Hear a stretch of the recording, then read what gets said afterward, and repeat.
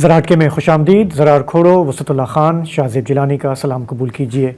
بیرون ملک پاکستانی ہمارے ملک کے حالات کے لیے بہت تڑپتے ہیں, اس میں کنٹریبیوٹ کرنا چاہتے ہیں, اور اگر وہ پیسے بھیجنا چاہیں تو انہیں کیسے کہاں بھیجنے چاہیے تاکہ ان کو یہ اعتماد ہو کہ وہ پیسے صحیح جگہ لگ رہے ہیں, چاہے وہ تعلیم ہو, صحت ہو.